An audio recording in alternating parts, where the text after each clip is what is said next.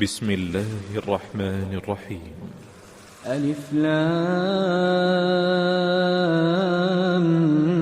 ميم. ذلك الكتاب لا ريب فيه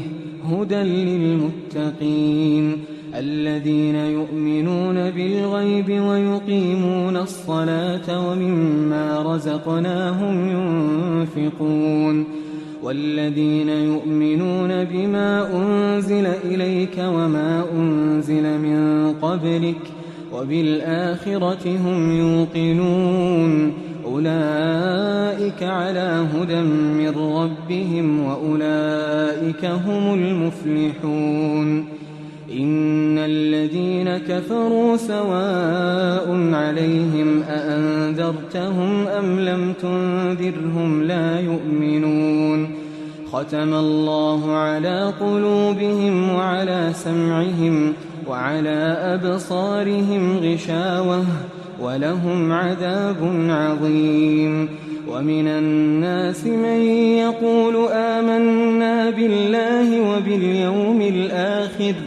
وما هم بمؤمنين يخادعون الله والذين آمنوا وما يخدعون إلا أنفسهم وما يشعرون. في قلوبهم مرض فزادهم الله مرضا ولهم عذاب أليم بما كانوا يكذبون. وإذا قيل لهم لا تفسدوا في الأرض قالوا إنما نحن مصلحون ألا إنهم هم المفسدون ولكن لا يشعرون. وإذا قيل لهم آمنوا كما آمن الناس قالوا أنؤمن كما آمن السفهاء ألا إنهم هم السفهاء ولكن لا يعلمون. وإذا لقوا الذين آمنوا قالوا آمنا وإذا خلوا إلى شياطينهم قالوا إنا معكم إنما نحن مستهزئون. الله يستهزئ بهم ويمدهم في طغيانهم يعمهون. أولئك الذين اشتروا الضلالة بالهدى فما ربحت تجارتهم وما كانوا مهتدين. مثلهم كمثل الذي استوقد نارا فلما أضاءت ما حوله ذهب الله بنورهم وتركهم في ظلمات لا يبصرون. صم بكم عمي فهم لا يرجعون. أو كصيب من السماء فيه ظلمات ورعد وبرق يجعلون أصابعهم في آذانهم من الصواعق حذر الموت والله محيط بالكافرين. يكاد البرق يخطف أبصارهم كلما أضاء لهم مشوا فيه وإذا أظلم عليهم قاموا ولو شاء الله لذهب بسمعهم وأبصارهم إن الله على كل شيء قدير. يا أيها الناس اعبدوا ربكم الذي خلقكم والذين من قبلكم لعلكم تتقون. الذي جعل لكم الأرض فراشا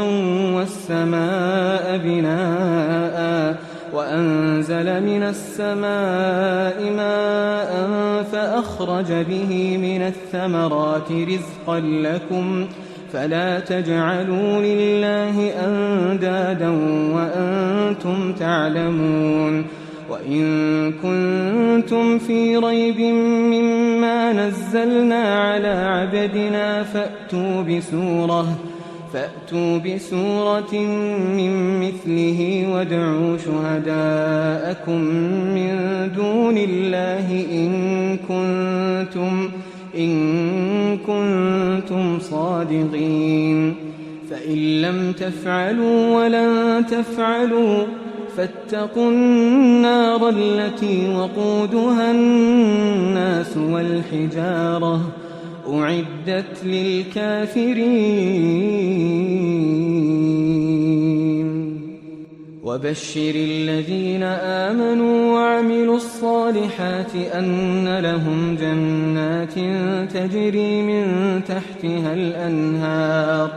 كلما رزقوا منها من ثمرة رزقا قالوا هذا الذي رزقنا من قبل وأتوا به متشابها ولهم فيها أزواج مطهرة وهم فيها خالدون إن الله لا يستحيي أن يضرب مثلا ما بعوضة فما فوقها فأما الذين آمنوا فيعلمون أنه الحق من ربهم وأما الذين كفروا فيقولون ماذا أراد الله بهذا مثلا يضل به كثيرا ويهدي به كثيرا وما يضل به إلا الفاسقين الذين ينقضون عهد الله من بعد ميثاقه ويقطعون ما أمر الله به أن يوصل ويفسدون في الأرض أولئك هم الخاسرون كيف تكفرون بالله وكنتم أمواتا فأحياكم ثم يميتكم ثم يحييكم ثم إليه ترجعون هو الذي خلق لكم ما في الأرض جميعا ثم استوى إلى السماء فسواهن 7 سماوات وهو بكل شيء عليم وإذ قال ربك للملائكة إني جاعل في الأرض خليفة قالوا أتجعل فيها من يفسد فيها ويسفك الدماء ونحن نسبح بحمدك ونقدس لك قال إني أعلم ما لا تعلمون وعلم آدم الأسماء كلها ثم عرضهم على الملائكة فقال أنبئوني بأسماء هؤلاء إن كنتم صادقين قالوا سبحانك لا علم لنا إلا ما علمتنا إنك أنت العليم الحكيم قال يا آدم أنبئهم بأسمائهم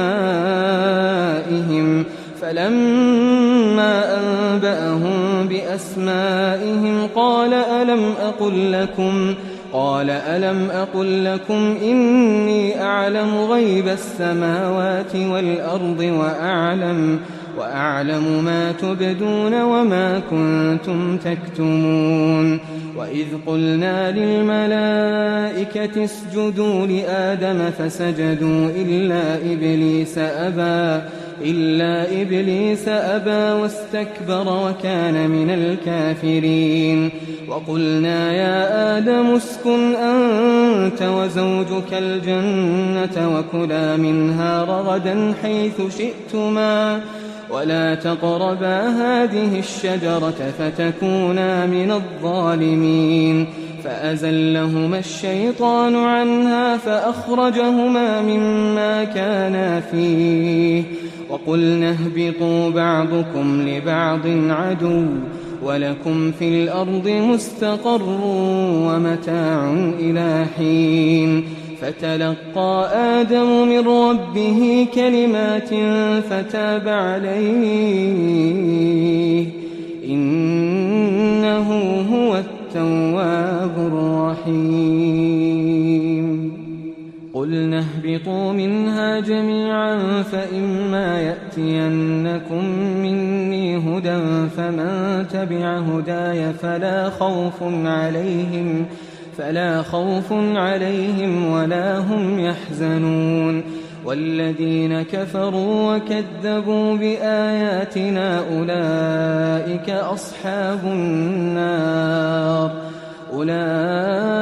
أصحاب النار هم فيها خالدون يا بني إسرائيل اذكروا نعمتي التي أنعمت عليكم وأوفوا بعهدي أوف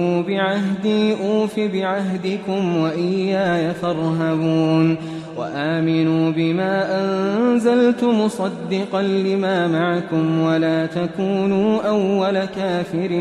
به ولا تشتروا بآياتي ثمنا قليلا وإياي فاتقون ولا تلبسوا الحق بالباطل وتكتموا الحق وأنتم تعلمون وأقيموا الصلاة وآتوا الزكاة واركعوا مع الراكعين أتأمرون الناس بالبر وتنسون أنفسكم وأنتم تتلون الكتاب أفلا تعقلون واستعينوا بالصبر والصلاة وإنها لكبيرة إلا على الخاشعين الذين يظنون أنهم ملاقو ربهم وأنهم إليه راجعون يا بني إسرائيل اذكروا نعمتي التي أنعمت عليكم وأني فضلتكم على العالمين واتقوا يوما لا تجزي نفس عن نفس شيئا ولا يقبل منها شفاعة ولا يؤخذ منها عدل ولا هم ينصرون وإذ نجيناكم من آل فرعون يسومونكم سوء العذاب يذبحون أبناءكم ويستحيون نساءكم وفي ذلكم بلاء من ربكم عظيم وإذ فرقنا بكم البحر فأنجيناكم وأغرقنا آل فرعون وأنتم تنظرون وإذ واعدنا موسى 40 ليلة ثم اتخذتم العجل من بعده وأنتم ظالمون ثم عفونا عنكم من بعد ذلك لعلكم تشكرون وإذ آتينا موسى الكتاب والفرقان لعلكم تهتدون وإذ قال موسى لقومه يا قوم إنكم ظلمتم أنفسكم باتخاذكم العجل فتوبوا إلى بارئكم فاقتلوا أنفسكم ذلكم خير لكم عند بارئكم فتاب عليكم إنه هو التواب الرحيم وإذ قلتم يا موسى لن نؤمن لك حتى نرى الله جهرة فأخذتكم الصاعقة وأنتم تنظرون ثم بعثناكم من بعد موتكم لعلكم تشكرون وظللنا عليكم الغمام وأنزلنا عليكم المن والسلوى كلوا من طيبات ما رزقناكم وما ظلمونا ولكن كانوا أنفسهم يظلمون وإذ قلنا ادخلوا هذه القرية فكلوا منها حيث شئتم رغدا وادخلوا الباب سجدا وقولوا حطة نغفر لكم خطاياكم وسنزيد المحسنين فبدل الذين ظلموا قولا غير الذي قيل لهم فأنزلنا على الذين ظلموا رجزا من السماء بما كانوا يفسقون وإذ استسقى موسى لقومه فقلنا اضرب بعصاك الحجر فانفجرت منه 12 عينا قد علم كل أناس مشربهم كلوا واشربوا من رزق الله ولا تعثوا في الأرض مفسدين وإذ قلتم يا موسى لن نصبر على طعام واحد فادع لنا ربك يخرج لنا مما تنبت الأرض من بقلها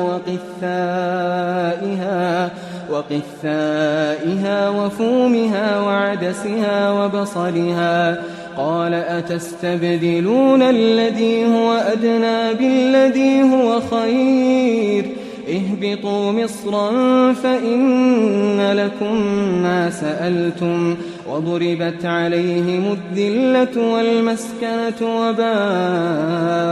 بغضب من الله ذلك بأنهم كانوا يكفرون بآيات الله ويقتلون النبيين بغير الحق ذلك بما عصوا وكانوا يعتدون إن الذين آمنوا والذين هادوا والنصارى والصابئين من آمن بالله واليوم الآخر وعمل صالحا فلهم أجرهم عند ربهم ولا خوف عليهم ولا هم يحزنون وإذ أخذنا ميثاقكم ورفعنا فوقكم الطور خذوا ما آتيناكم بقوة واذكروا ما فيه لعلكم تتقون ثم توليتم من بعد ذلك فلولا فضل الله عليكم ورحمته لكنتم من الخاسرين ولقد علمتم الذين اعتدوا منكم في السبت فقلنا لهم كونوا قردة خاسئين فجعلناها نكالا لما بين يديها وما خلفها وموعظة للمتقين وإذ قال موسى لقومه إن الله يأمركم أن تذبحوا بقرة قالوا أتتخذنا هزوا قال أعوذ بالله أن أكون من الجاهلين قالوا ادع لنا ربك يبين لنا ما هي قال إنه يقول إنها بقرة لا فارض ولا بكر عوان بين ذلك فافعلوا ما تؤمرون قالوا ادع لنا ربك يبين لنا ما لونها قال إنه يقول إنها بقرة صفراء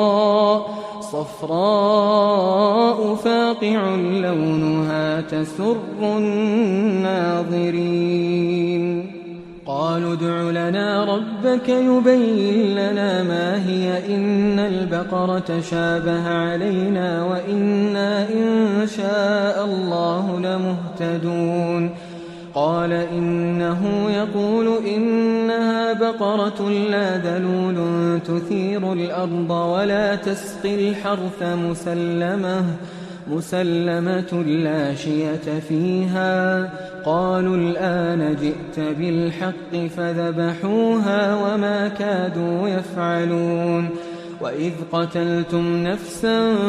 فادارأتم فيها والله مخرج ما كنتم تكتمون فقلنا اضربوه ببعضها كذلك يحيي الله الموتى ويريكم آياته لعلكم تعقلون ثم قست قلوبكم من بعد ذلك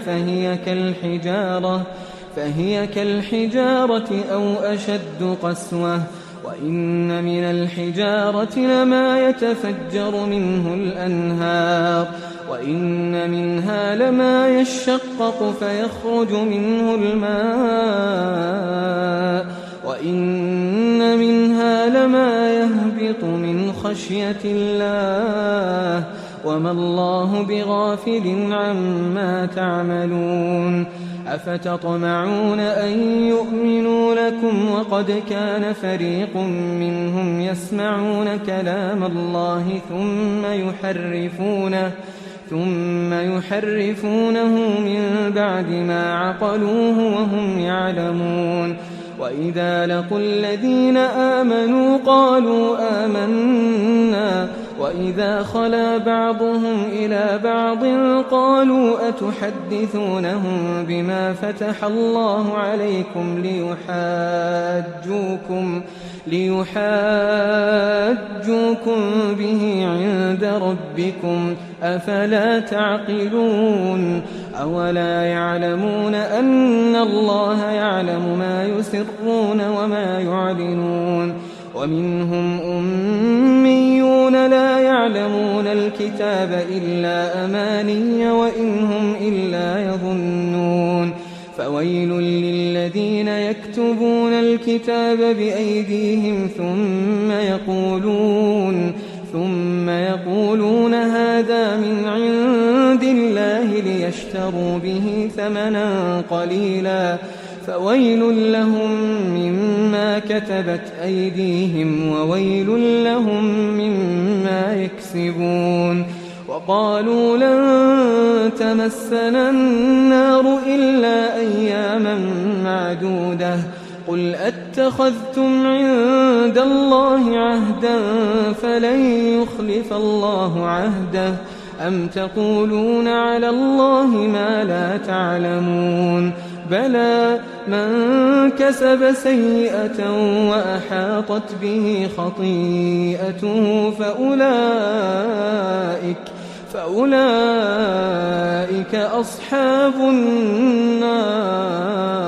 هم فيها خالدون والذين آمنوا وعملوا الصالحات أولئك أصحاب الجنة هم فيها خالدون وإذ أخذنا ميثاق بني إسرائيل لا تعبدون إلا الله وبالوالدين إحسانا وذي القربى واليتامى والمساكين وقولوا للناس حسنا وأقيموا الصلاة وآتوا الزكاة ثم توليتم إلا قليلا منكم وأنتم معرضون وإذ أخذنا ميثاقكم لا تسفكون دماءكم ولا تخرجون أنفسكم من دياركم ثم أقررتم وأنتم تشهدون ثم أنتم هؤلاء تقتلون أنفسكم وتخرجون فريقا منكم من ديارهم تظاهرون عليهم بالإثم والعدوان وإن يأتوكم أسارى تفادوهم وهو محرم عليكم إخراجهم أفتؤمنون ببعض الكتاب وتكفرون ببعض فما جزاء من يفعل ذلك منكم إلا خزي في الحياة الدنيا ويوم القيامة يردون إلى أشد العذاب وما الله بغافل عما تعملون أولئك الذين اشتروا الحياة الدنيا بالآخرة فلا يخفف عنهم العذاب ولا هم ينصرون ولقد آتينا موسى الكتاب وقفينا من بعده بالرسل وآتينا عيسى ابن مريم البينات وأيدناه بروح القدس أفكلما جاءكم رسول بما لا تهوى أنفسكم استكبرتم ففريقا كذبتم وفريقا تقتلون وقالوا قلوبنا غلف بل لعنهم الله بكفرهم فقليلا ما يؤمنون ولما جاءهم كتاب من عند الله مصدق لما معهم وكانوا من قبل يستفتحون على الذين كفروا فلما جاءهم ما عرفوا كفروا به فلعنة الله على الكافرين بئس ما اشتروا به أنفسهم أن يكفروا بما أنزل الله بغيا أن ينزل الله من فضله على من يشاء من عباده فباءوا بغضب على غضب وللكافرين عذاب مهين وإذا قيل لهم آمنوا بما أنزل الله قالوا نؤمن بما أنزل علينا ويكفرون بما وراءه وهو الحق مصدقا لما معهم قل فلم تقتلون أنبياء الله من قبل إن كنتم مؤمنين ولقد جاءكم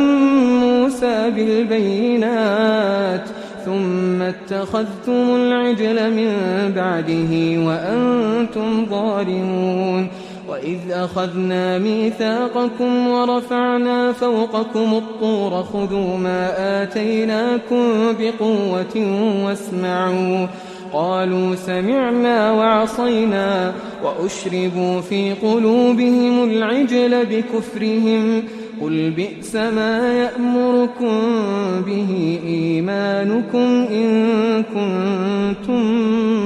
مؤمنين قل إن كانت لكم الدار الآخرة عند الله خالصة من دون الناس فتمنوا الموت إن كنتم صادقين ولن يتمنوه أبدا بما قدمت أيديهم والله عليم بالظالمين ولتجدنهم أحرص الناس على حياة ومن الذين أشركوا يود أحدهم لو يعمر 1000 سنة وما هو بمزحزحه من العذاب أن يعمر والله بصير بما يعملون قل من كان عدوا لجبريل فإنه نزله على قلبك بإذن الله مصدقا لما بين يديه وهدى وبشرى للمؤمنين من كان عدوا لله وملائكته ورسله وجبريل وميكال فإن الله عدو للكافرين ولقد أنزلنا إليك آيات بينات وما يكفر بها إلا الفاسقون أو كلما عاهدوا عهدا نبذه فريق منهم بل أكثرهم لا يؤمنون ولما جاءهم رسول من عند الله مصدق لما معهم نبذ فريق من الذين أوتوا الكتاب كتاب الله وراء ظهورهم كأنهم لا يعلمون واتبعوا ما تتلو الشياطين على ملك سليمان وما كفر سليمان ولكن الشياطين كفروا يعلمون الناس السحر وما أنزل على الملكين ببابل هاروت وماروت وما يعلمان من أحد حتى يقولا إنما نحن فتنة فلا تكفر فيتعلمون منهما ما يفرقون به بين المرء وزوجه وما هم بضارين به من أحد إلا بإذن الله ويتعلمون ما يضرهم ولا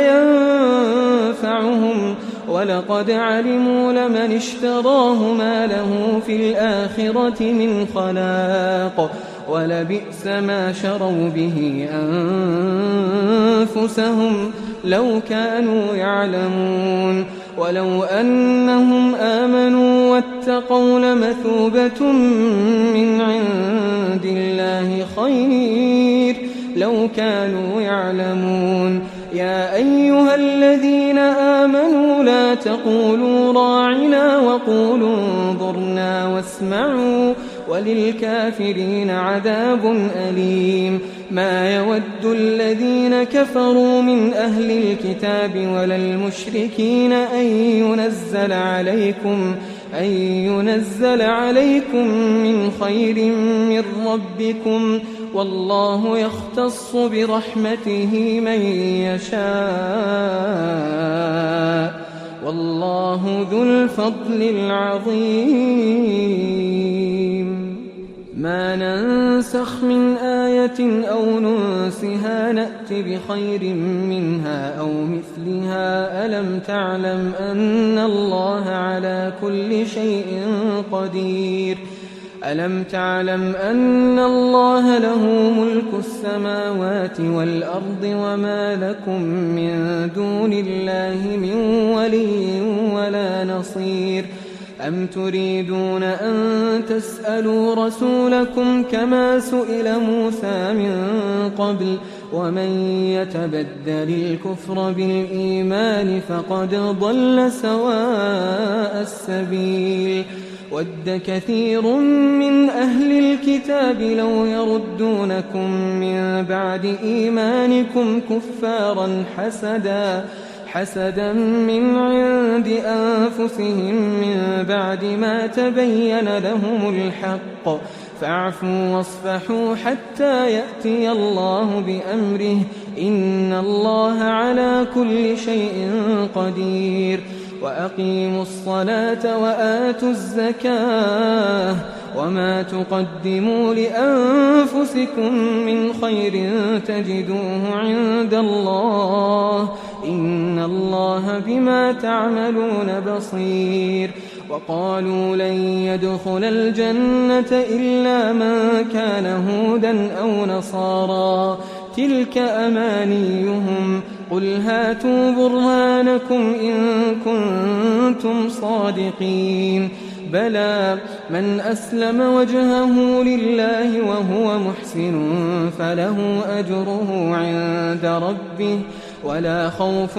عليهم ولا هم يحزنون وقالت اليهود ليست النصارى على شيء وقالت النصارى ليست اليهود على شيء وقالت اليهود ليست النصارى على شيء وقالت النصارى ليست اليهود على شيء وهم يتلون الكتاب كذلك قال الذين لا يعلمون مثل قولهم فالله يحكم بينهم يوم القيامة فيما كانوا فيه يختلفون ومن أظلم ممن منع مساجد الله أن يذكر فيها اسمه وسعى في خرابها أولئك ما كان لهم أن يدخلوها إلا خائفين لهم في الدنيا خزي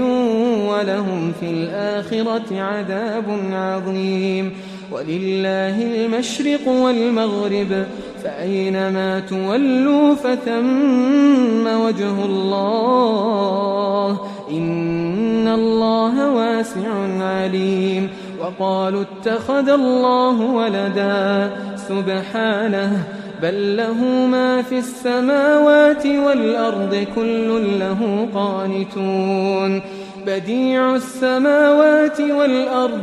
وإذا قضى أمرا فإنما يقول له كن فيكون وقال وقال الذين لا يعلمون لولا يكلمنا الله أو تأتينا آية كذلك قال الذين من قبلهم مثل قولهم تشابهت قلوبهم قد بينا الآيات لقوم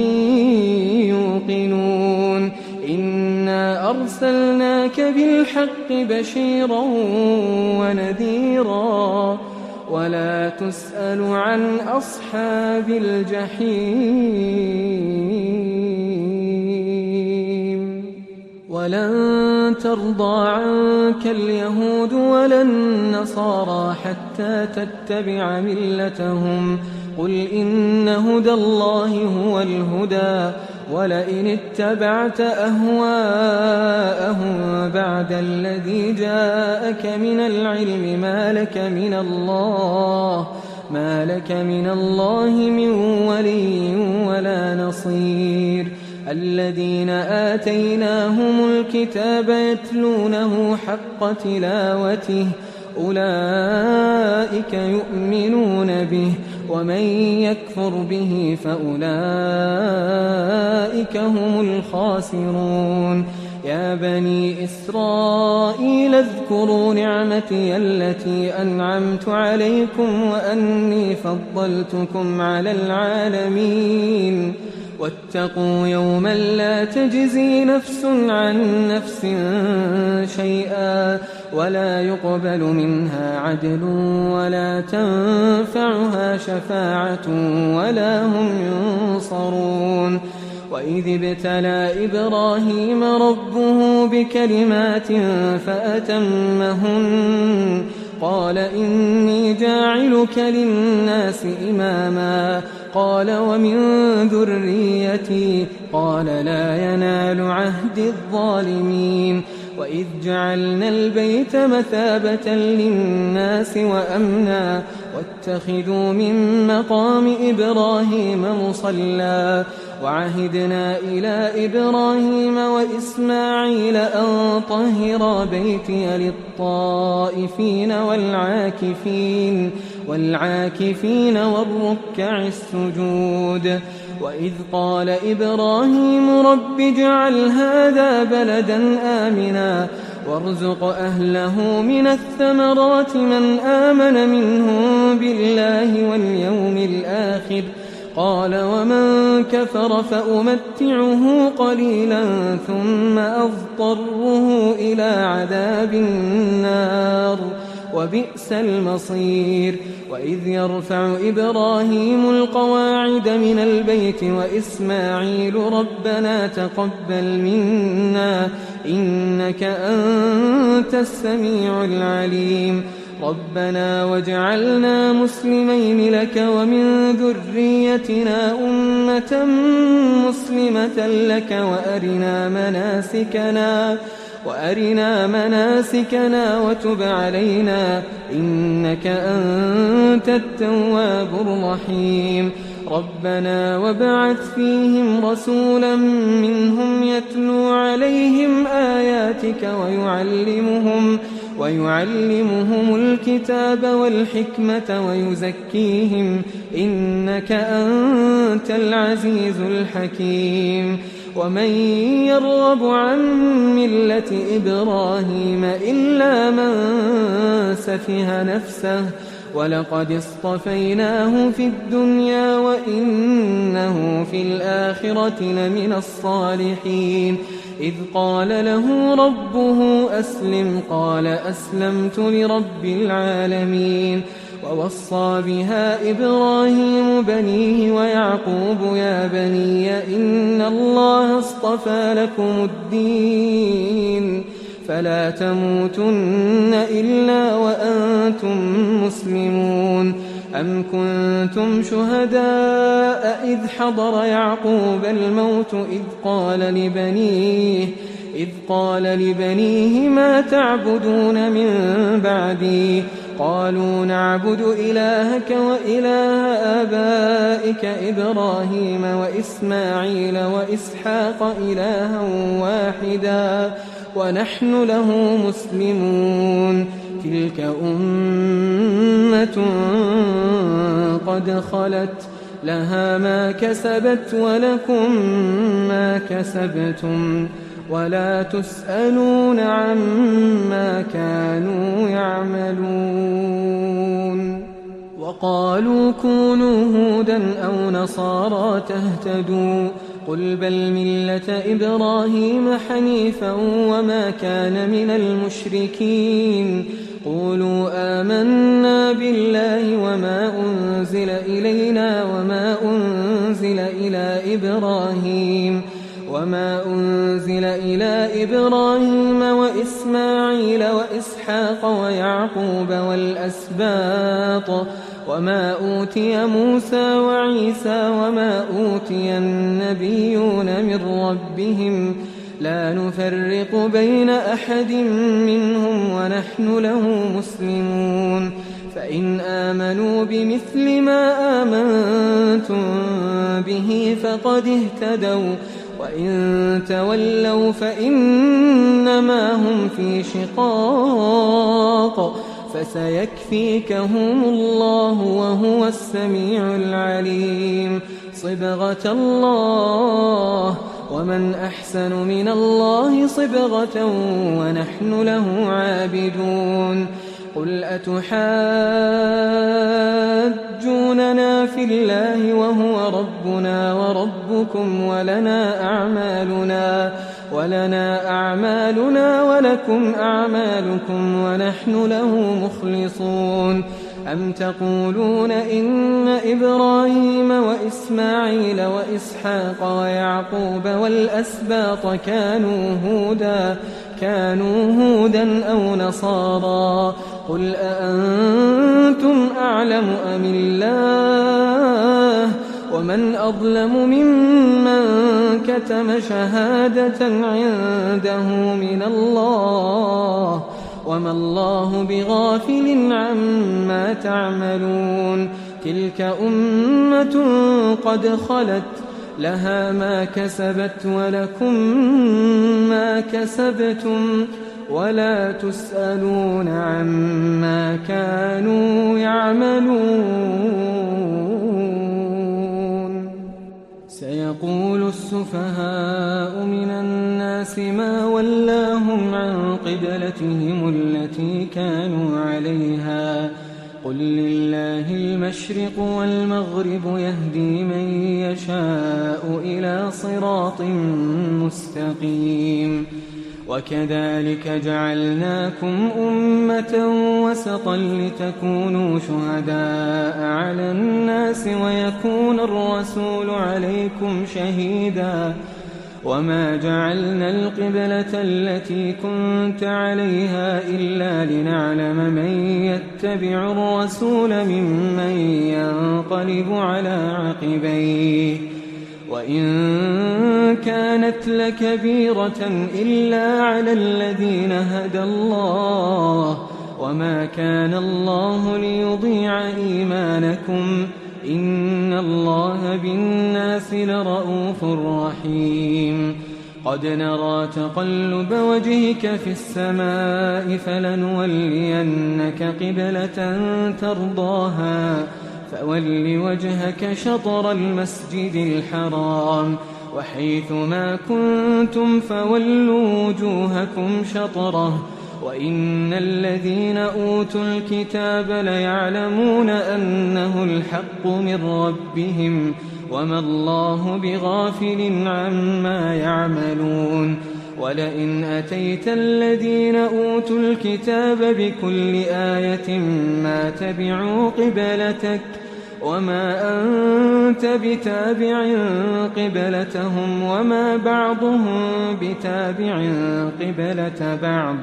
ولئن اتبعت أهواءهم من بعد ما جاءك من العلم إنك إذا لمن الظالمين الذين آتيناهم الكتاب يعرفونه كما يعرفون أبناءهم وإن فريقا منهم ليكتمون الحق وهم يعلمون الحق من ربك فلا تكونن من الممترين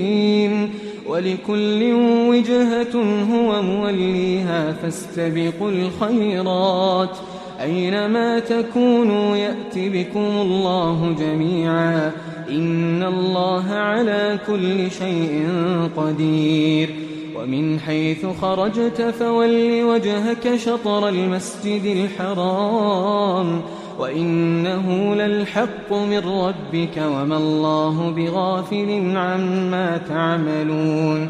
ومن حيث خرجت فول وجهك شطر المسجد الحرام وحيث ما كنتم فولوا وجوهكم شطره لئلا يكون للناس عليكم حجة إلا الذين ظلموا منهم فلا تخشوهم واخشوني ولأتم نعمتي عليكم ولعلكم تهتدون كما أرسلنا فيكم رسولا منكم يتلو عليكم آياتنا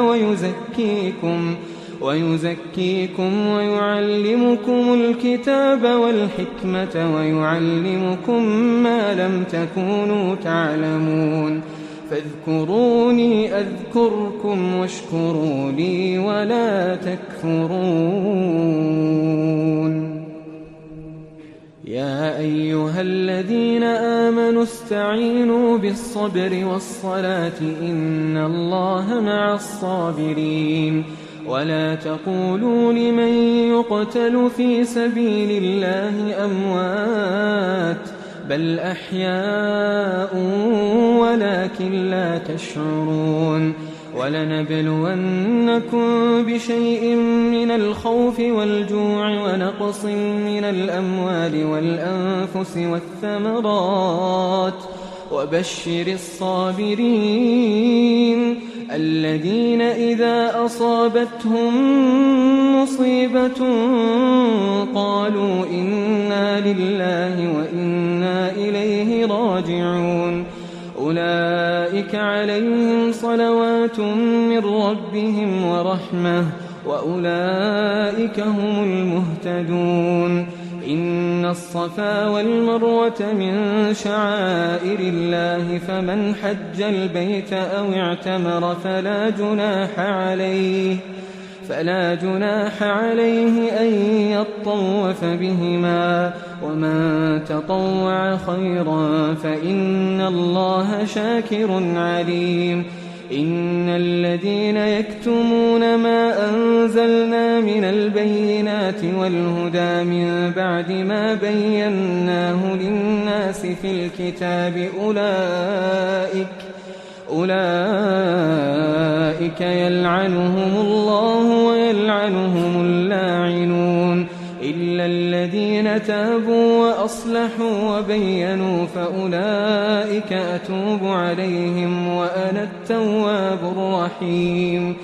إن الذين كفروا وماتوا وهم كفار أولئك عليهم لعنة الله والملائكة والناس أجمعين خالدين فيها لا يخفف عنهم العذاب ولا هم ينظرون وإلهكم إله واحد لا إله إلا هو الرحمن الرحيم إن في خلق السماوات والأرض واختلاف الليل والنهار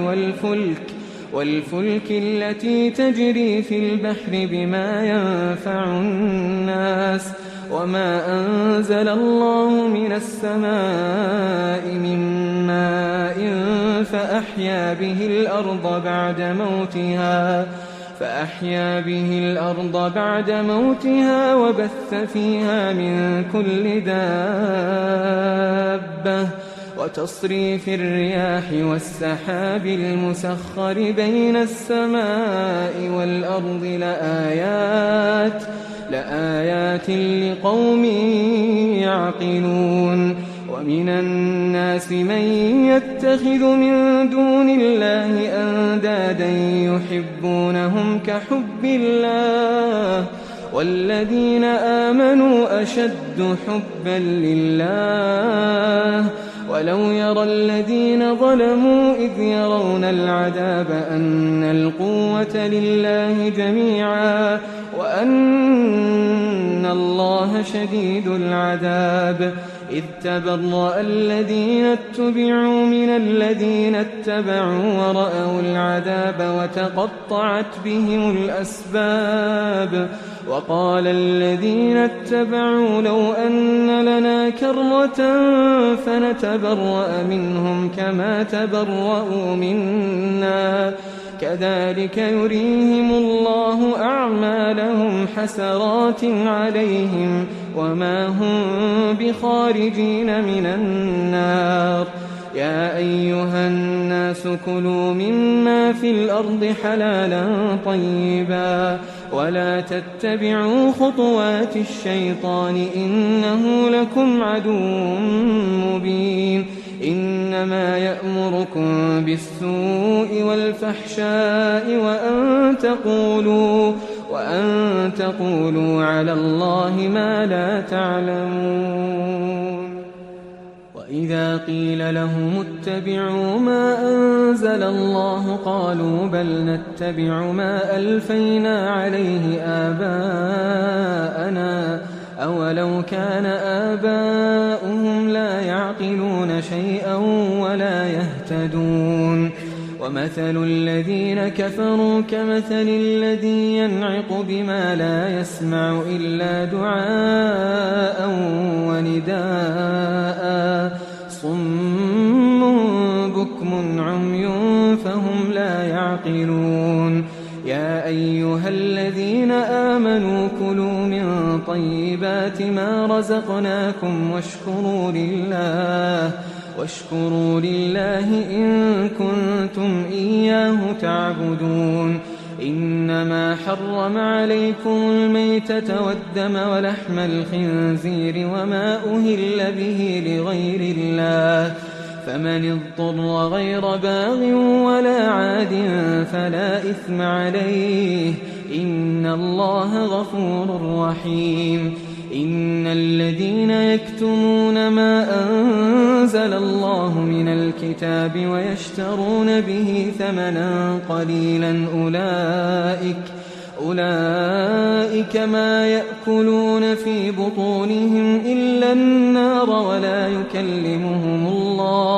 ولا يكلمهم الله يوم القيامة ولا يزكيهم ولهم عذاب أليم أولئك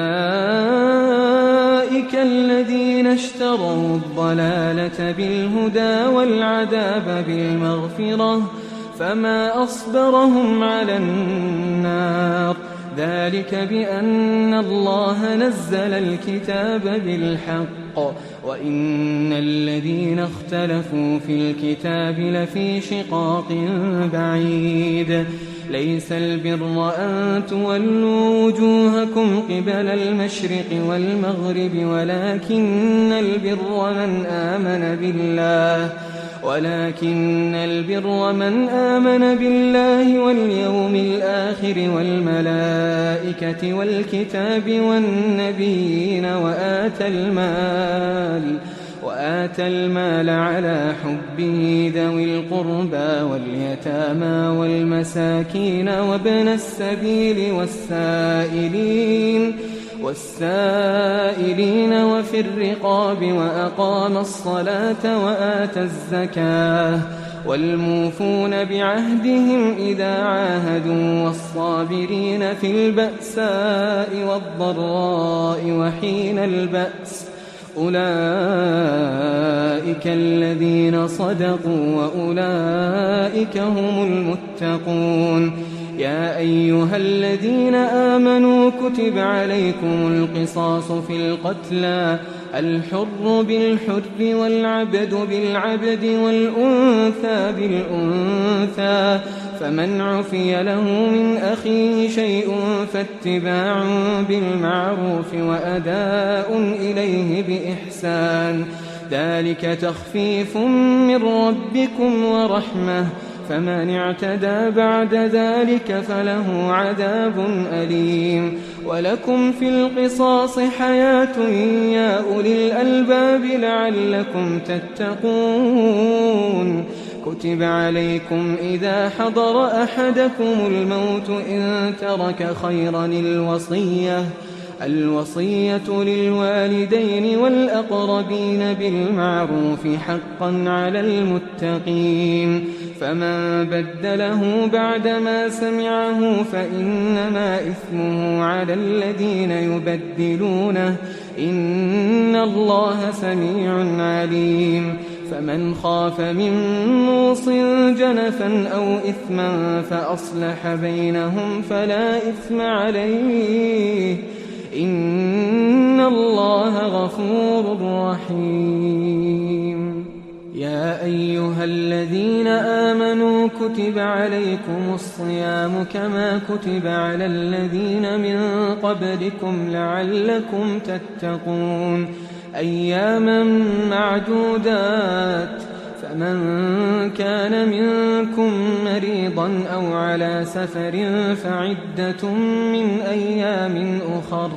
وعلى الذين يطيقونه فدية طعام مسكين. فمن تطوع خيرا فهو خير له وأن تصوموا خير لكم إن كنتم تعلمون. شهر رمضان الذي أنزل فيه القرآن هدى للناس وبينات من الهدى والفرقان. فمن شهد منكم الشهر فليصمه ومن كان مريضا أو على سفر فعدة من أيام أخر. يريد الله بكم اليسر ولا يريد بكم العسر ولتكملوا العدة ولتكبروا الله على ما هداكم ولعلكم تشكرون. وإذا سألك عبادي عني فإني قريب أجيب دعوة الداع إذا دعان فليستجيبوا لي وليؤمنوا بي لعلهم يرشدون. أحل لكم ليلة الصيام الرفث إلى نسائكم هن لباس لكم وأنتم لباس لهن.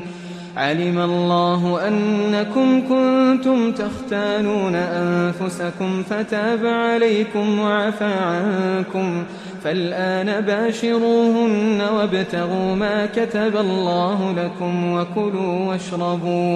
وكلوا واشربوا حتى يتبين لكم الخيط الأبيض من الخيط الأسود من الفجر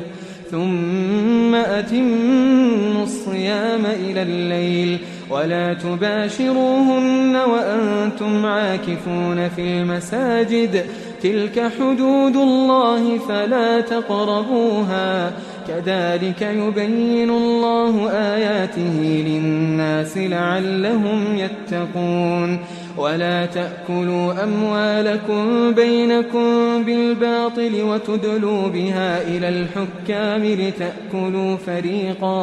لتأكلوا فريقا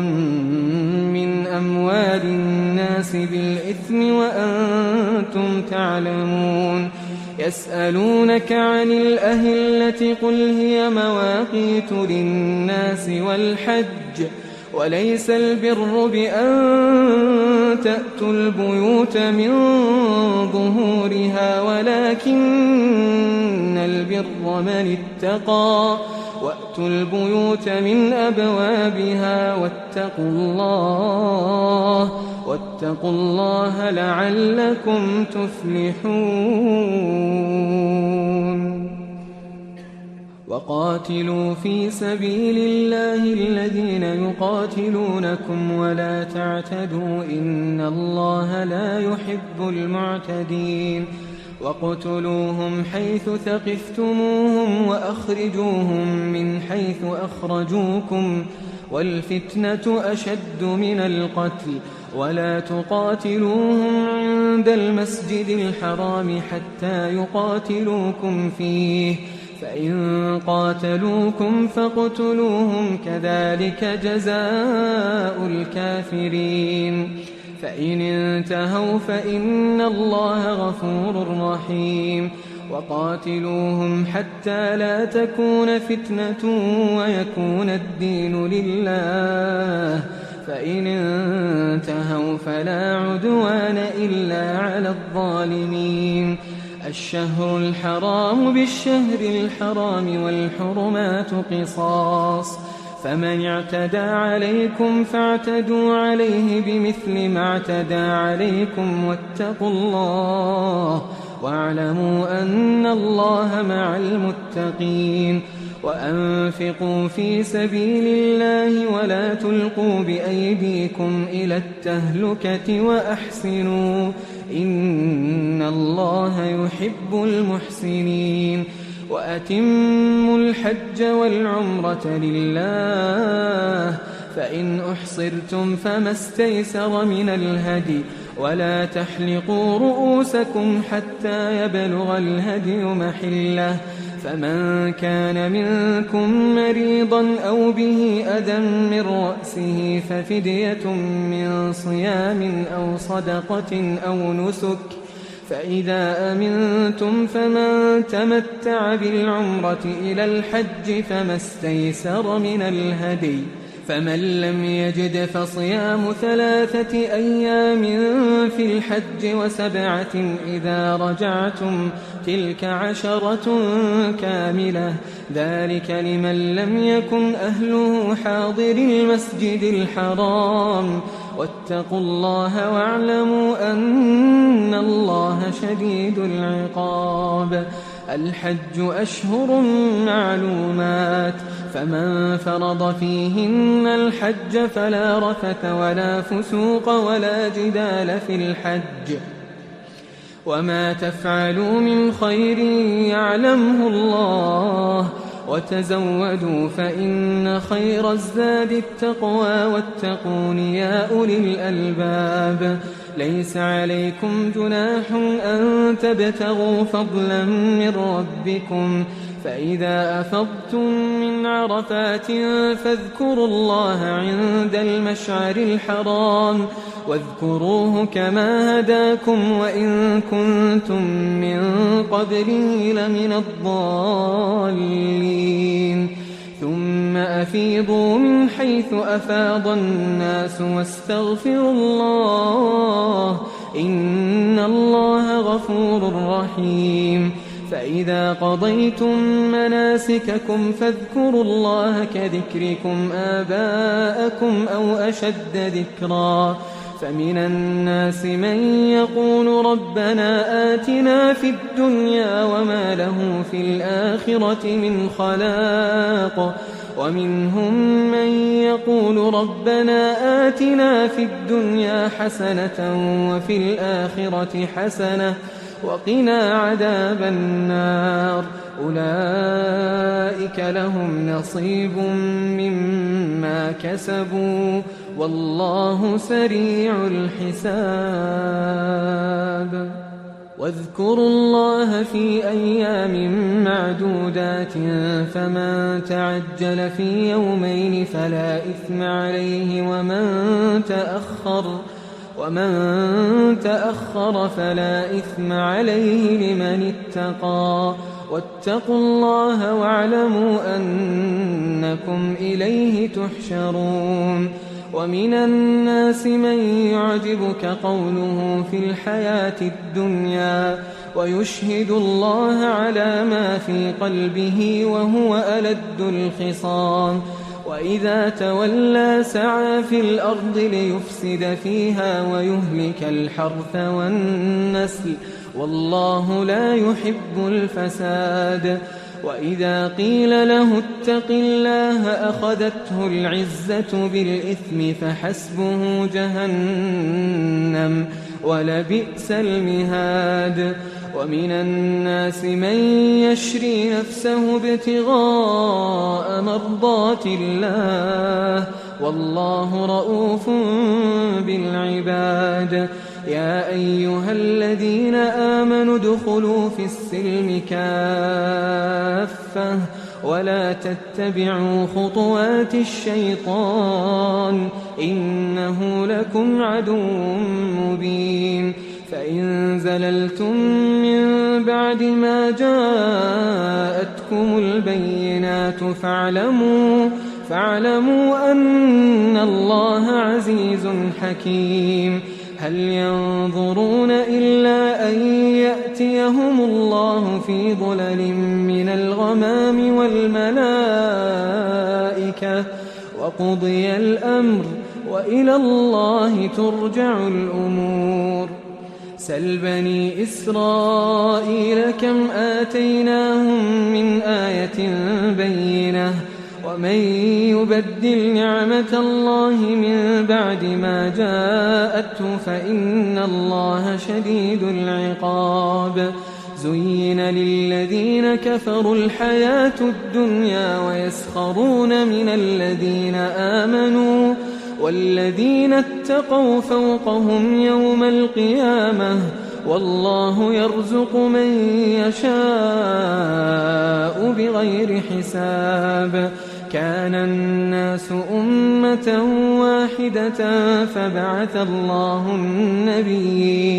فبعث الله النبيين مبشرين ومنذرين وأنزل معهم الكتاب بالحق ليحكم بين الناس فيما اختلفوا فيه وما اختلف فيه إلا الذين أوتوه من بعد ما جاءتهم البينات بغيا بينهم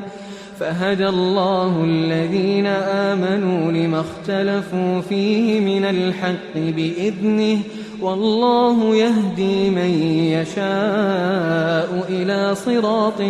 مستقيم أم حسبتم أن تدخلوا الجنة ولما يأتكم مثل الذين خلوا من قبلكم مستهم البأساء والضراء وزلزلوا حتى يقول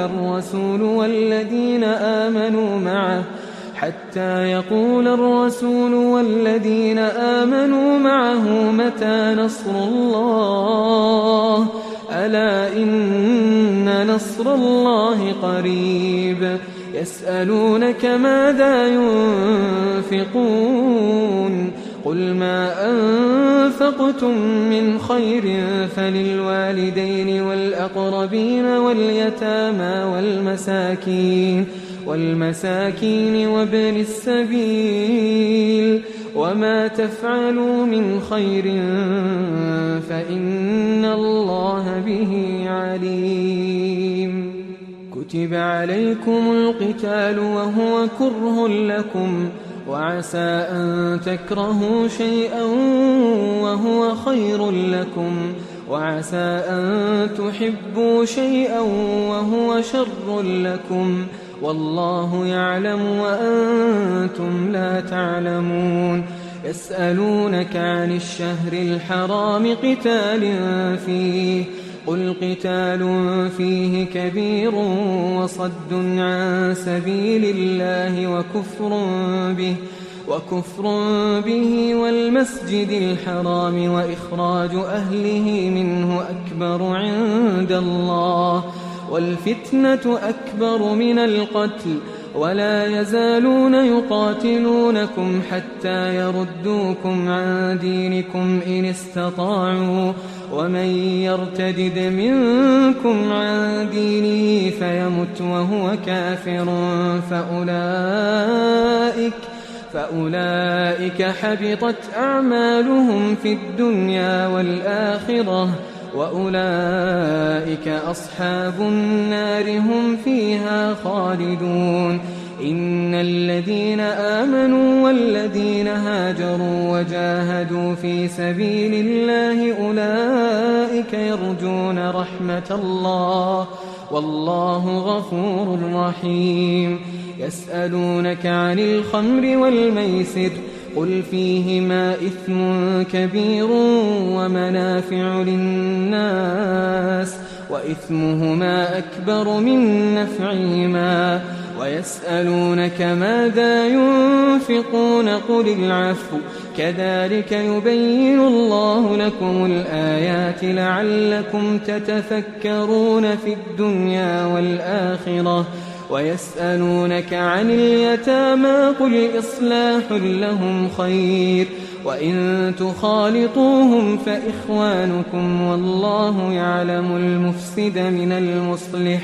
ولو شاء الله لأعنتكم إن الله عزيز حكيم ولا تنكحوا المشركات حتى يؤمنن ولأمة مؤمنة خير من مشركة ولو أعجبتكم ولا تنكحوا المشركين حتى يؤمنوا ولعبد مؤمن خير من مشرك ولو أعجبكم أولئك يدعون إلى النار والله يدعو إلى الجنة والمغفرة بإذنه ويبين آياته للناس لعلهم يتذكرون ويسألونك عن المحيض قل هو أذى فاعتزلوا النساء في المحيض ولا تقربوهن حتى يطهرن فإذا تطهرن فأتوهن من حيث أمركم الله إن الله يحب التوابين ويحب المتطهرين نساؤكم حرث لكم فأتوا حرثكم أنى شئتم وقدموا لأنفسكم واتقوا الله واعلموا أنكم ملاقوه وبشر المؤمنين ولا تجعلوا الله عرضة لأيمانكم أن تبروا وتتقوا وتصلحوا بين الناس والله سميع عليم لا يؤاخذكم الله باللغو في أيمانكم ولكن يؤاخذكم بما كسبت قلوبكم والله غفور حليم للذين يؤلون من نسائهم تربص 4 أشهر فإن فاءوا فإن الله غفور رحيم وإن عزموا الطلاق فإن الله سميع عليم والمطلقات يتربصن بأنفسهن 3 قروء ولا يحل لهن أن يكتمن ما خلق الله في أرحامهن إن كن يؤمن بالله واليوم الآخر وبعولتهن أحق بردهن في ذلك إن أرادوا إصلاحا ولهن مثل الذي عليهن بالمعروف وللرجال عليهن درجة والله عزيز حكيم الطلاق 2 فإمساك بمعروف أو تسريح بإحسان ولا يحل لكم أن تأخذوا مما آتيتموهن شيئا إلا أن يخافا ألا يقيما حدود الله فإن خفتم ألا يقيما حدود الله فلا جناح عليهما فيما افتدت به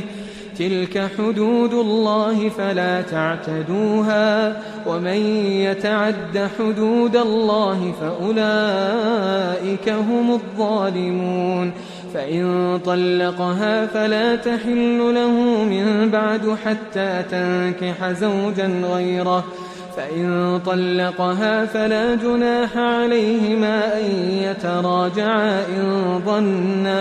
إن ظنا أن يقيما حدود الله وتلك حدود الله يبينها لقوم يعلمون وإذا طلقتم النساء فبلغن أجلهن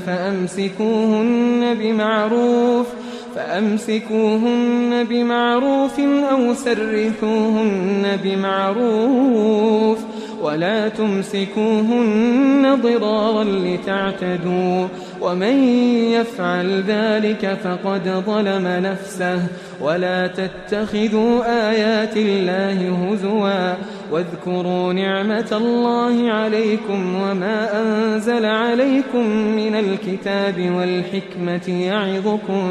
به واتقوا الله واعلموا أن الله بكل شيء عليم. وإذا طلقتم النساء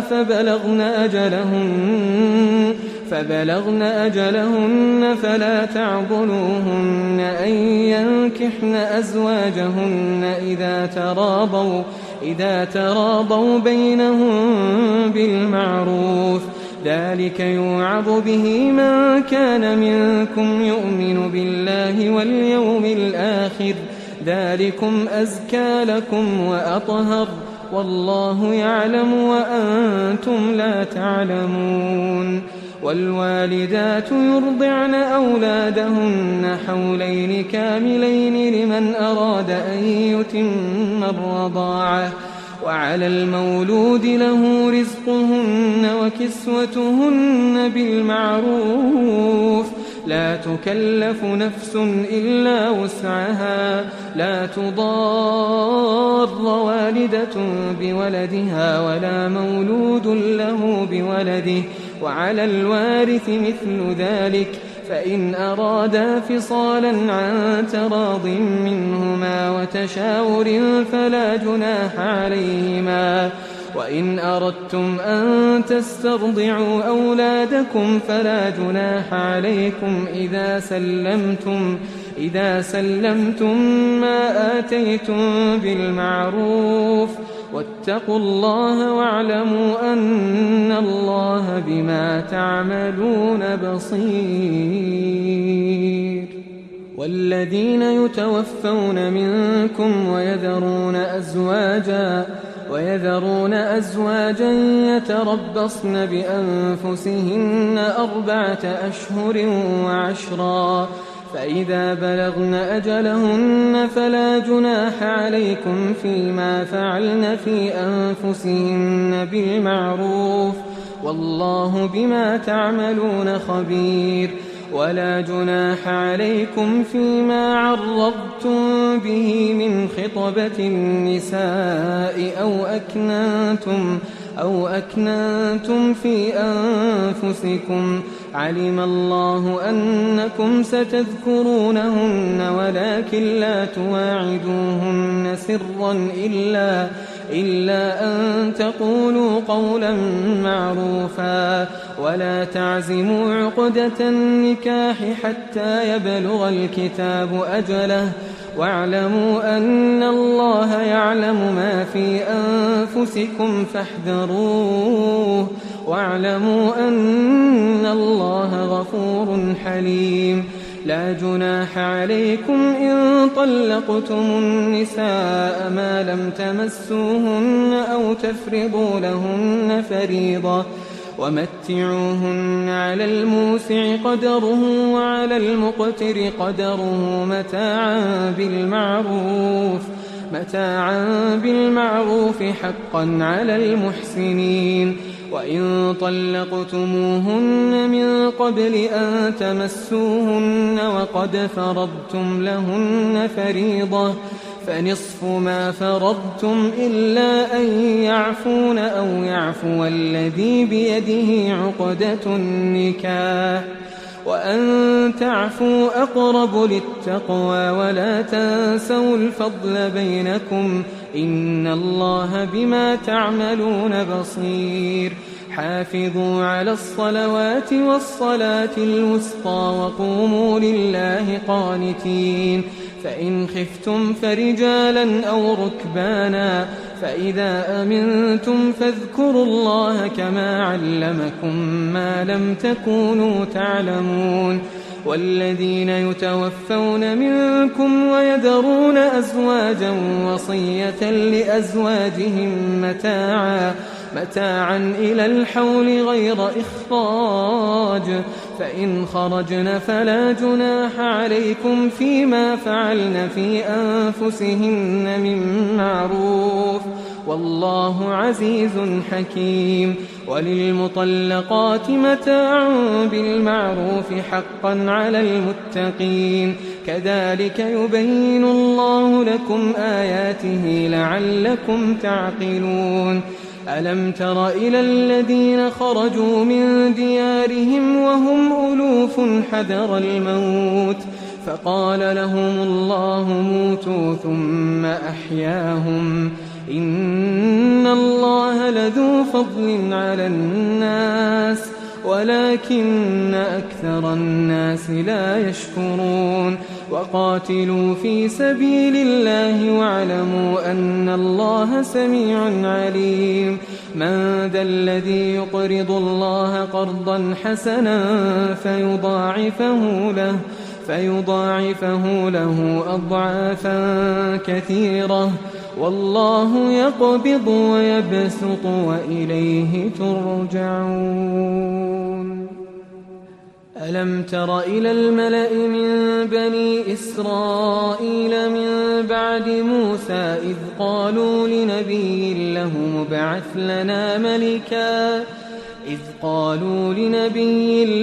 مبعث لنا ملكا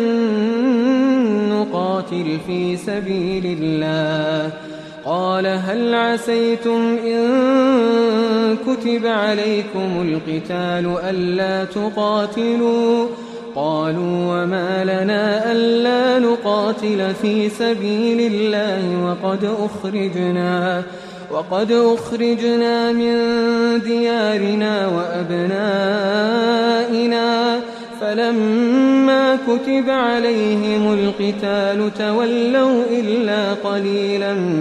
منهم، والله عليم بالظالمين. وقال لهم نبيهم إن الله قد بعث لكم طالوت ملكا، قالوا أنى يكون له الملك علينا ونحن أحق بالملك منه ولم يؤت سعة من المال. قال إن الله اصطفاه عليكم وزاده بسطة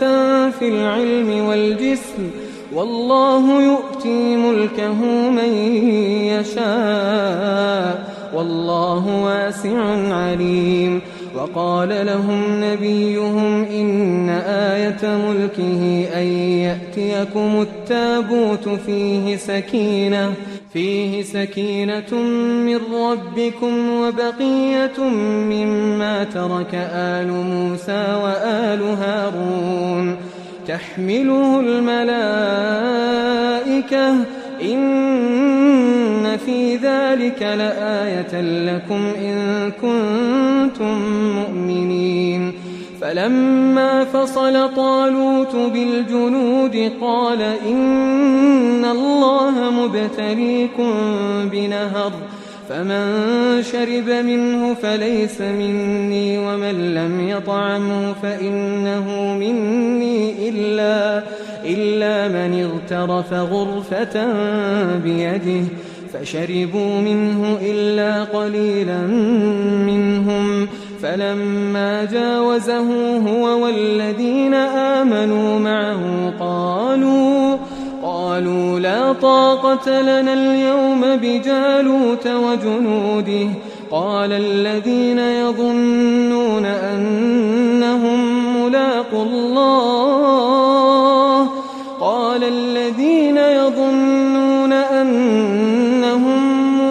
الله كم من فئة قليلة غلبت فئة كثيرة بإذن الله والله مع الصابرين. ولما برزوا لجالوت وجنوده قالوا ربنا أفرغ علينا صبرا وثبت أقدامنا وانصرنا على القوم الكافرين. فهزموهم بإذن الله. وقتل داود جالوت وآتاه الله الملك والحكمة وعلمه مما يشاء. ولولا دفع الله الناس بعضهم ببعض لفسدت الأرض ولكن الله ذو فضل على العالمين. تلك آيات الله نتلوها عليك بالحق وإنك لمن المرسلين.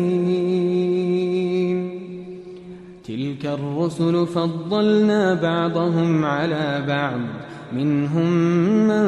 كلم الله ورفع بعضهم درجات وآتينا عيسى ابن مريم البينات وأيدناه بروح القدس. ولو شاء الله ما اقتتل الذين من بعدهم من بعد ما جاءتهم البينات ولكن اختلفوا فمنهم من آمن ومنهم من كفر. ولو شاء الله ما اقتتلوا ولكن الله يفعل ما يريد. يا أيها الذين آمنوا أنفقوا مما رزقناكم من قبل أن يأتي يوم لا بيع فيه ولا خلة ولا شفاعة والكافرون هم الظالمون. الله لا إله إلا هو الحي القيوم لا تأخذه سنة ولا نوم له ما في السماوات وما في الأرض. من ذا الذي يشفع عنده إلا بإذنه يعلم ما بين أيديهم وما خلفهم ولا يحيطون بشيء من علمه إلا بما شاء. وسع كرسيه السماوات والأرض ولا يؤوده حفظهما وهو العلي العظيم. لا إكراه في الدين قد تبين الرشد من الغي. فمن يكفر بالطاغوت ويؤمن بالله فقد استمسك بالعروة الوثقى لا انفصام لها والله سميع عليم. الله ولي الذين آمنوا يخرجهم من الظلمات إلى النور والذين كفروا أولياؤهم الطاغوت يخرجونهم من النور إلى الظلمات أولئك أصحاب النار هم فيها خالدون. ألم تر إلى الذي حاج إبراهيم في ربه أن آتاه الله الملك إذ قال إبراهيم ربي الذي يحيي ويميت قال أنا أحيي وأميت. قال إبراهيم فإن الله يأتي بالشمس من المشرق فأت بها من المغرب فبهت الذي كفر والله لا يهدي القوم الظالمين. أو كالذي مر على قرية وهي خاوية على عروشها قال أنى يحيي هذه الله بعد موتها فأماته الله 100 عام ثم بعثه قال كم لبثت قال لبثت يوما أو بعض يوم قال بل لبثت 100 عام فانظر إلى طعامك وشرابك لم يتسنه وانظر إلى حمارك ولنجعلك آية للناس وانظر إلى العظام كيف ننشزها ثم نكسوها لحما فلما تبين له قال أعلم أن الله على كل شيء قدير. وإذ قال إبراهيم رب أرني كيف تحيي الموتى قال أولم تؤمن قال بلى ولكن ليطمئن قلبي قال فخذ 4 من الطير فصرهن إليك ثم اجعل على كل جبل منهن جزءا ثم ادعهن يأتينك سعيا واعلم أن الله عزيز حكيم. مثل الذين ينفقون أموالهم في سبيل الله كمثل حبة أنبتت 7 سنابل في كل سنبلة 100 حبة والله يضاعف لمن يشاء والله واسع عليم. الذين ينفقون أموالهم في سبيل الله ثم لا يتبعون ما أنفقوا منا ولا أذى لهم أجرهم عند ربهم ولا خوف عليهم ولا هم يحزنون. قول معروف ومغفرة خير من صدقة يتبعها أذى والله غني حليم. يا أيها الذين آمنوا لا تبطلوا صدقاتكم بالمن والأذى كالذي ينفق ماله رئاء الناس ولا يؤمن بالله واليوم الآخر فمثله كمثل صفوان عليه تراب فأصابه وابل فتركه صلدا لا يقدرون على شيء مما كسبوا والله لا يهدي القوم الكافرين. ومثل الذين ينفقون أموالهم ابتغاء مرضات الله وتثبيتا من أنفسهم كمثل جنة بربوة أصابها وابل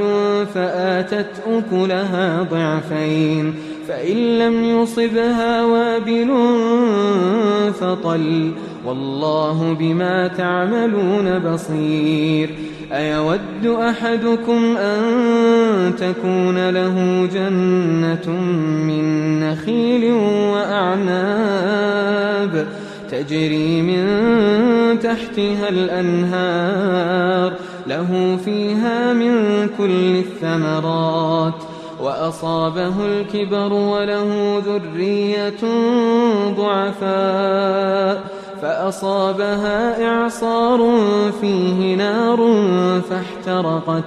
كذلك يبين الله لكم الآيات لعلكم تتفكرون. يا أيها الذين آمنوا أنفقوا من طيبات ما كسبتم ومما أخرجنا لكم من الأرض ولا تيمموا الخبيث منه تنفقون ولستم بآخذيه إلا أن تغمضوا فيه واعلموا أن الله غني حميد. الشيطان يعدكم الفقر ويأمركم بالفحشاء والله يعدكم مغفرة منه وفضلا والله واسع عليم. يؤتي الحكمة من يشاء ومن يؤت الحكمة فقد أوتي خيرا كثيرا وما يذكر إلا أولو الألباب. وما أنفقتم من نفقة أو نذرتم من نذر فإن الله يعلمه وما للظالمين من أنصار. إن تبدوا الصدقات فنعما هي وإن تخفوها وتؤتوها الفقراء فهو خير لكم ويكفر عنكم من سيئاتكم والله بما تعملون خبير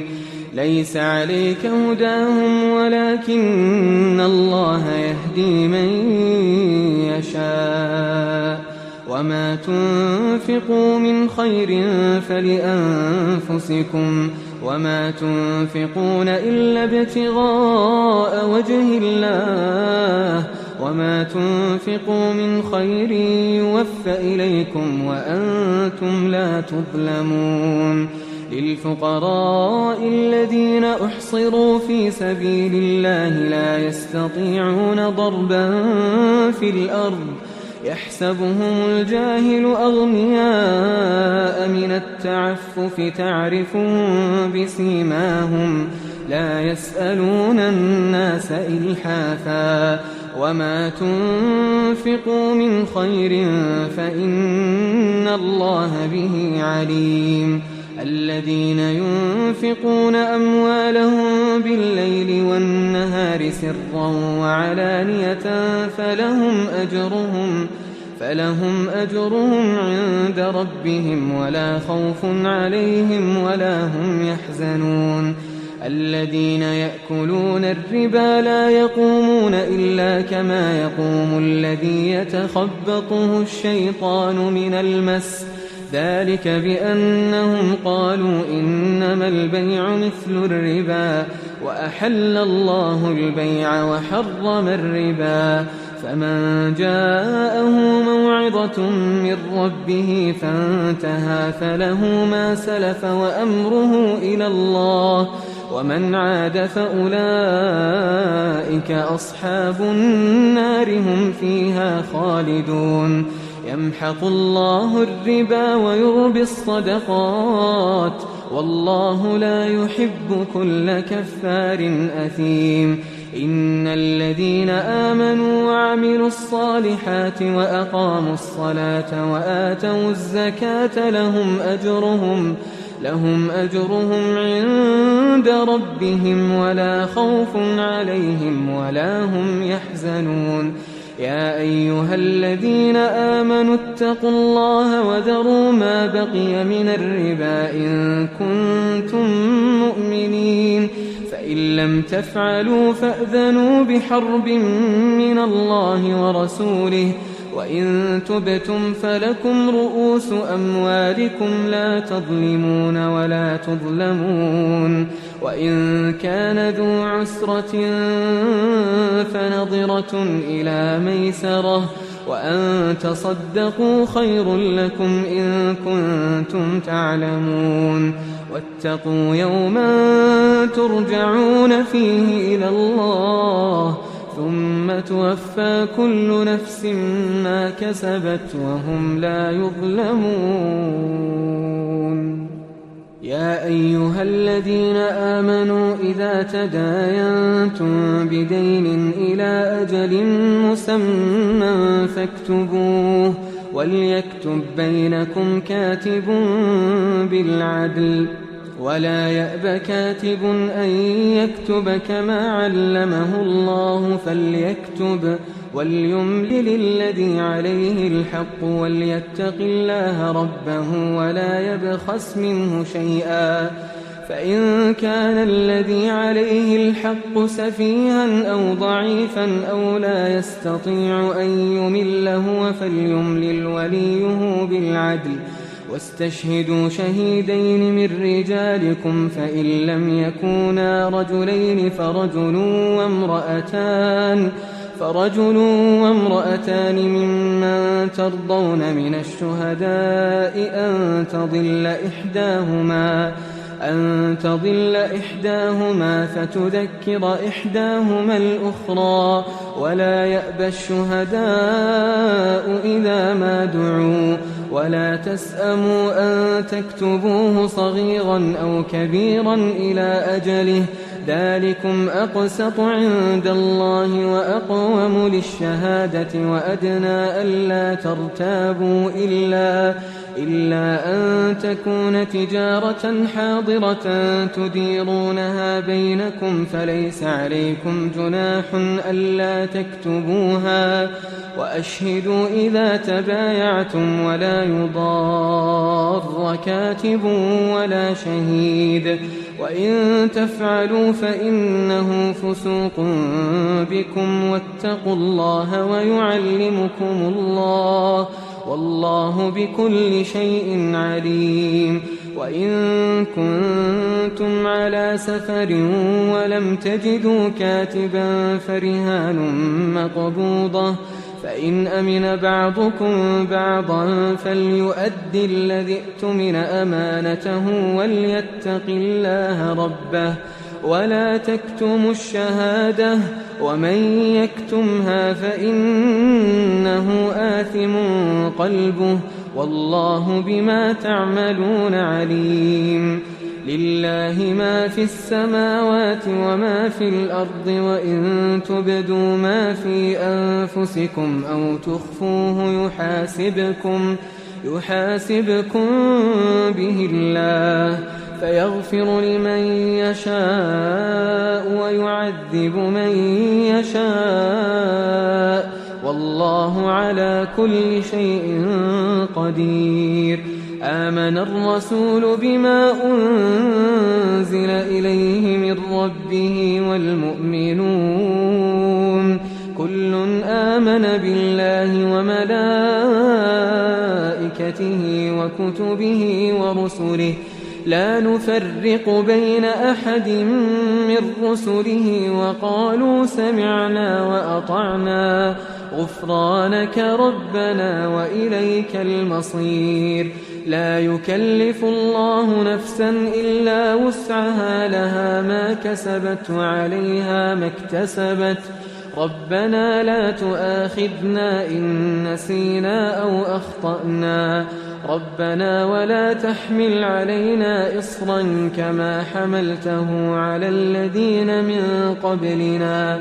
ربنا ولا تحملنا ما لا طاقة لنا به واعف عنا واغفر لنا وارحمنا أنت مولانا فانصرنا على القوم الكافرين